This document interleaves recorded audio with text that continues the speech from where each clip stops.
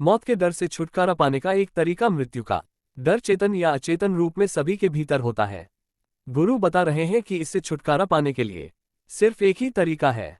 जानते हैं इस तरीके के बारे में। हमारा मन ऐसी स्थिति बना लेता है जैसे मौत होती ही नहीं। एक बार किसी ने गौतम बुद्ध से पूछा, इंसान कितनी देर तक जीवित रहता है?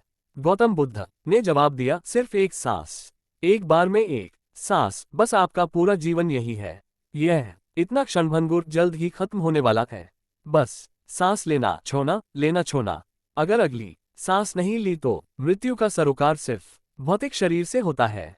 मृत्यु को लेकर डर की वजह है कि आप खुद को बस एक भौतिक शरीर के तौर पर महसूस कर रहे हैं।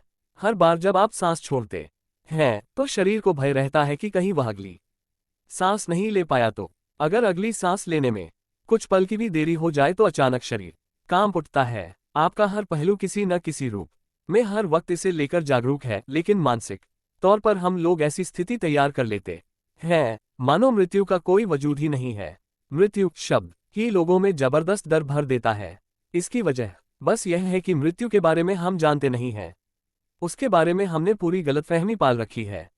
मृत्यु का सरोकार सिर्फ भौतिक शरीर से होता है।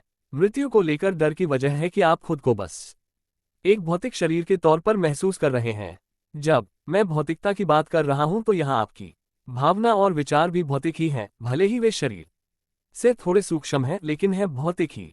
आज आपकी भावनाओं और विचारों को मशीन के जरिए मापा जा सकता है, जिसका मतलब हुआ कि उनका एक भौतिक आधार है। तो अगर आपका जीवन का अनुभव सिर्फ भौतिकता तक सीमित है तो मृत्यु का डर स्वाभाविक है, क्योंकि जब मृत्यु होगी तो अभी आपके पास जो है वह सब चला जाएगा।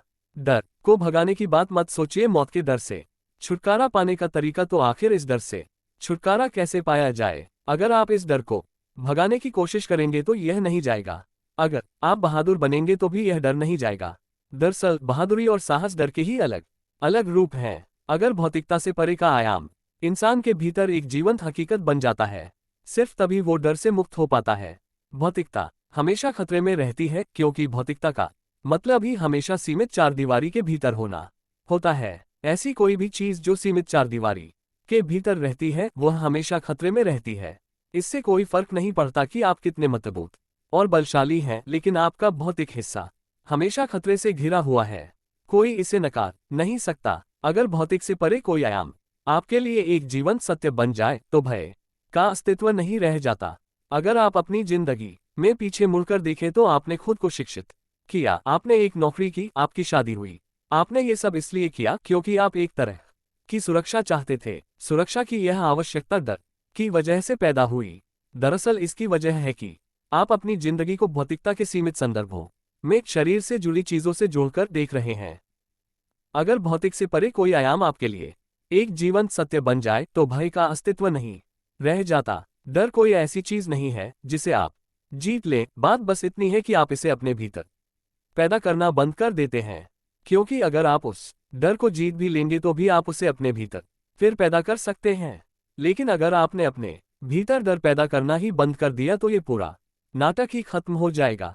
आध्यात्मिक होने का मतलब बस इतना ही है कि जीवन के आपके अनुभव भौतिकता, शरीर और मन की सीमा से परे चले जाते हैं। लेकिन भौतिकता की इस सीमा को तोड़ने के बजाय, उसकी वजहों पर काम करने के बजाय लोग अपना मन बहलाकर डर पर काबू पाने की कोशिश करते हैं, लेकिन इस कोशिश से कुछ हासिल नहीं होता। मौत हर पल घटित होती रहती है। मानव मन की सबसे बड़ी त्रासदी यह है कि यह मृत्यु के खिलाफ है, क्योंकि जैसे ही आप मौत को नकारते हैं आप जीवन को भी नकार देते हैं। हम हर पल जो यहाँ जीते हैं उस पूरी प्रक्रिया को या तो हम जीवन के रूप में देख सकते हैं या फिर इस प्रक्रिया को मृत्यु का नाम दे सकते हैं। मृत्यु कोई ऐसी चीज नहीं है जो आपके साथ घटित होने वाली है। मृत्यु कोई भविष्य नहीं है। जिस पल आप पैदा हुए तभी आपकी आधी मृत्यु हो गई। आपका सांस लेना जीवन है और सांस छोड़ना मृत्यु। आज जिसे आप जिंदगी के तौर पर देखते हैं वह आपके चालू रख ही नहीं सकते, जबकि मृत्यु एक परम विश्राम है। अगर आप एक बड़ी सांस छोड़ें और बड़ी सांस भरें और फिर गौर करें कि आपका शरीर और मन कैसा है, तो आप पाएंगे कि सांस छोड़ना ज्यादा आराम देता है। जब भी आप तनाव में होते हैं, जब हालात आप में बहुत ज्यादा तनाव भरने लगते हैं, तो शरीर की स्वाभाविक प्रक्रिया होती है कि वह सांस छोड़ना चाहता है। यह आपको थोड़ा तनाव रहित करता है। जीवन की इस प्रक्रिया में अगर आप मृत्यु के विश्राम के बारे में जान लें तो फिर जीवन पूरी तरह से एक सहज प्रक्रिया बन जाता है।